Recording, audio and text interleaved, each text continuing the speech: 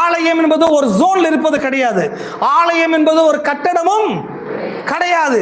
இங்க ஆலயம் ஆலயம் என்று சொல்லுவது நீங்கள் தான் ஆலயமாக இருக்கிறீர்கள், தேவன் உங்களுக்குள் வாசம் பண்ணி கொண்டிருக்கிறார்.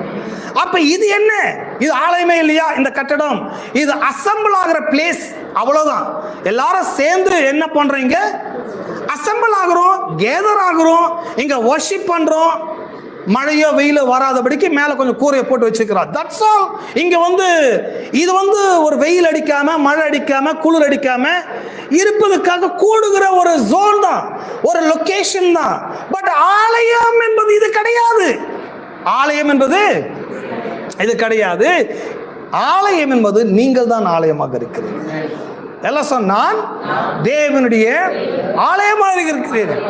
தேவனுடைய ஆவியானவர் எனக்குள் தங்கி வாசம் பண்ணிக்கொள்ளும். இப்போ